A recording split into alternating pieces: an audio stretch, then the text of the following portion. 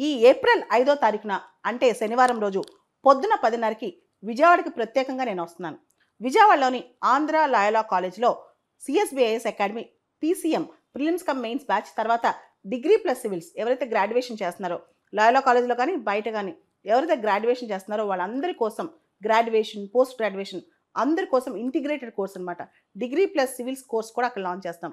దీనికి సంబంధించి అనేక సందేహాలు వస్తాయి. సివిల్స్ ఎగ్జామ్ ఎలా రాయాలి, ఎలా పాస్ అవ్వాలి, దీనికి సంబంధించి సివిల్సే కాదు రకరకాల కాంపిటేటివ్ ఎగ్జామ్స్ గ్రూప్ 1 గ్రూప్ 2 దీనికి సంబంధించి మీ సందేహాలు అడిగి తెలుసుకోవచ్చు.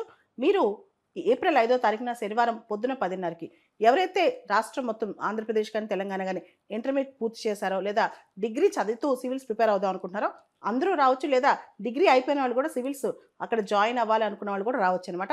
ఏప్రిల్ 5వ తారీఖు పొద్దున 10:30కి విజయవాడలో నేను స్వయంగా ఆంధ్ర లాయలా కాలేజ్కి వస్తున్నాను. విజయవాడ ఆంధ్ర లాయలా కాలేజ్కి. బంగ్లాదేశ్ ఇంటరిమ్ గవర్నమెంట్ యొక్క chief adviser Mohammad Yunus China పర్యటనకి వెళ్ళారు. వెళ్ళిన వాళ్ళు వెళ్ళినట్టు ఉండకుండా ఒక స్టేట్మెంట్ ఇచ్చారు. భారతదేశంలోని 7 సిస్టర్స్ ఏవైతే ఈశాన్య రాష్ట్రాలు ఉన్నాయో ఇవి ల్యాండ్ లాక్డ్ అని, ముఖ్యంగా వీటికి సీ యాక్సెస్ లేదు కాబట్టి బంగ్లాదేశ్ చైనా దీనిలో అడ్వాంటేజ్ తీసుకోవాలని, ముఖ్యంగా చైనా అయితే గూడ్స్ ప్రొడక్షన్లో గూడ్స్ మేనేజ్మెంట్లో గూడ్స్ అమ్మకాల్లో పూర్తి స్థాయిలో ఇంకా ఇంక్రీజ్ చేసుకోవచ్చు అని చెప్తూనే చైనా బంగ్లాదేశ్ ఫ్రెండ్షిప్ గురించి మాట్లాడారు. అయితే ఇక్కడ మన ప్రశ్న ఏంటంటే అసలు చైనా బంగ్లాదేశ్ గురించి ఆయన మాట్లాడుకోవచ్చు కానీ ఇండియా ప్రస్తావన ఎందుకు, ఇండియా ఈశాన్య రాష్ట్రాల ప్రస్తావన ఎందుకు? దీని మీద చాలామంది అస్సాం సీఎం హేమంత్ బిశ్వ శర్మ, అదేవిధంగా సంజీవ్ సన్యాల్ ఎవరైతే ప్రైమ్ మినిస్టర్ అడ్వైజర్ ఉన్నారో ఆయన, వీళ్ళందరూ కూడా ఆయనకి ఏం సంబంధం, ఎందుకు మన 7 సిస్టర్స్ గురించి ప్రస్తావించారు, అవి ల్యాండ్ లాక్డ్ అని చెప్పి ఆయన చైనాలో ఎందుకు ప్రస్తావించారని చెప్పి ఇప్పుడు పెద్ద చర్చ జరుగుతుంది భారతదేశంలో. మనందరికీ తెలుసు గత 6-7 నెలల నుంచి ఇండియా బంగ్లాదేశ్ సంబంధాలు సరిగ్గా లేవు. ముఖ్యంగా షేక్ హసీనా భారతదేశానికి వచ్చిన దగ్గర నుంచి అక్కడ అల్లర్లు మొదలైన దగ్గర నుంచి అదేవిధంగా షేక్ హసీనాని ఎక్స్ట్రాడిట్ చేయమని బంగ్లాదేశ్ ప్రభుత్వం రెగ్యులర్గా భారతదేశానికి లెటర్స్ రాస్తూనే ఉందన్నమాట. ఇవన్నీ పక్కన పెడితే బంగ్లాదేశ్లో హిందూస్ పైన అటాక్స్ జరుగుతున్నాయి, మైనారిటీస్ పైన అటాక్స్ జరుగుతున్నాయి. అక్కడ పూర్తిగా లా అండ్ ఆర్డర్ సిచ్యువేషన్ దెబ్బతిని ఉందన్నమాట. ఈ టైంలో మొహమ్మద్ యూనిస్ ఎవరైతే ఇంటరిమ్ గవర్నమెంట్కి చీఫ్ అడ్వైజర్ ఉన్నారో ఆయన వెళ్ళి అక్కడ అలా వ్యాఖ్యానించడం కరెక్ట్ కాదు. రీసెంట్గా ఆయన ఇంకో వ్యాఖ్య కూడా చేశారు, ఇండియా నన్ను పిలవలేదు, ఇండియాకి రమ్మని పిలవలేదని. అసలు ఆయన డెమోక్రటిక్గా ఎలక్ట్ అయిన లీడరా? ఆయన బంగ్లాదేశ్లో ఏ విధంగా ఆయనకి లోకస్ స్టాండ్, ఆయన బంగ్లాదేశ్కి ఆయన ఎవరు? ఆయన ప్రజాస్వామ్యబద్ధంగా ఎలక్షన్స్లో ఎలక్ట్ అయ్యారా? ఇదే పెద్ద క్వశ్చన్ అనమాట. అలాంటప్పుడు ఇండియా ఎప్పుడు పిలవాలి? ఇండియా ఎప్పుడైనా తన నైబర్హుడ్ ప్రజాస్వామ్యబద్ధంగా ఉండాలని కోరుకుంటుంది. బంగ్లాదేశ్లో ఆయన only chief advisor to interim government అనమాట. సో చాలామంది ఇండియా పొరుగు దేశాలు, ఇండియా చుట్టుపక్కల ఉన్న దేశాలు, ఈ దేశాలన్నీ కూడా చైనా కార్డ్ ప్లే చేస్తాయి ఇండియాకి వ్యతిరేకంగా.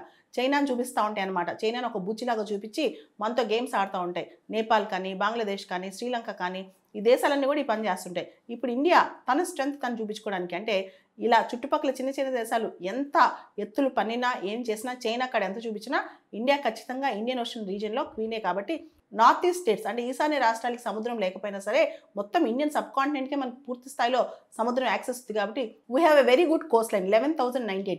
మనకి చాలా పెద్ద తీర ప్రాంతం ఉంది, దాదాపు 11,098 కిలోమీటర్స్ కోస్ట్ లైన్ ఉంది. కాబట్టి మనకు అసలు ఇబ్బంది లేదు. ఇంకా భూటాన్, నేపాల్ లాంటి దేశాలు మనపైన డిపెండ్ అవ్వాలి కానీ మన నార్త్ ఈస్ట్ ఈశాన్య రాష్ట్రాలకు అసలు ఇబ్బంది లేదు. ఇన్ఫ్యాక్ట్ మన ఈశాన్య రాష్ట్రాలు ఇప్పుడు బాగా డెవలప్ అవుతున్నాయి. వాటి మీద గవర్నమెంట్ చాలా ఫోకస్ కూడా పెడుతుంది.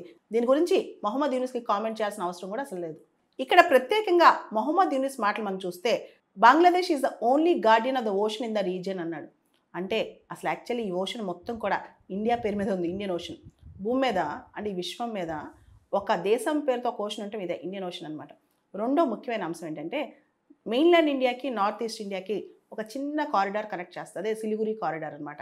ఇప్పుడు అస్సాం సీఎం వీళ్ళందరూ ఏమంటున్నారంటే మనం ఎక్కువగా షేక్ హసీనా టైంలో ఎక్కువ రూట్స్ బంగ్లాదేశ్ మీద నుంచి బిల్డ్ చేసాం, దానివల్ల ఇప్పుడు చూడండి మనం ఎంత వల్నరబుల్ అయిపోయామో, మనం సిలిగురి కారిడార్కి ఆల్టర్నేటివ్ రూట్స్ ఈ పాటికి డెవలప్ చేసి ఉండాల్సిందని చెప్పారనమాట. సిలిగురి కారిడార్ అనేది మెయిన్లాండ్ ఇండియాకి నార్త్ ఈస్ట్ ఇండియాకి ఓన్లీ కనెక్టింగ్ పాయింట్. దాన్ని చికెన్ నెక్ కారిడార్ అని కూడా అంటారు.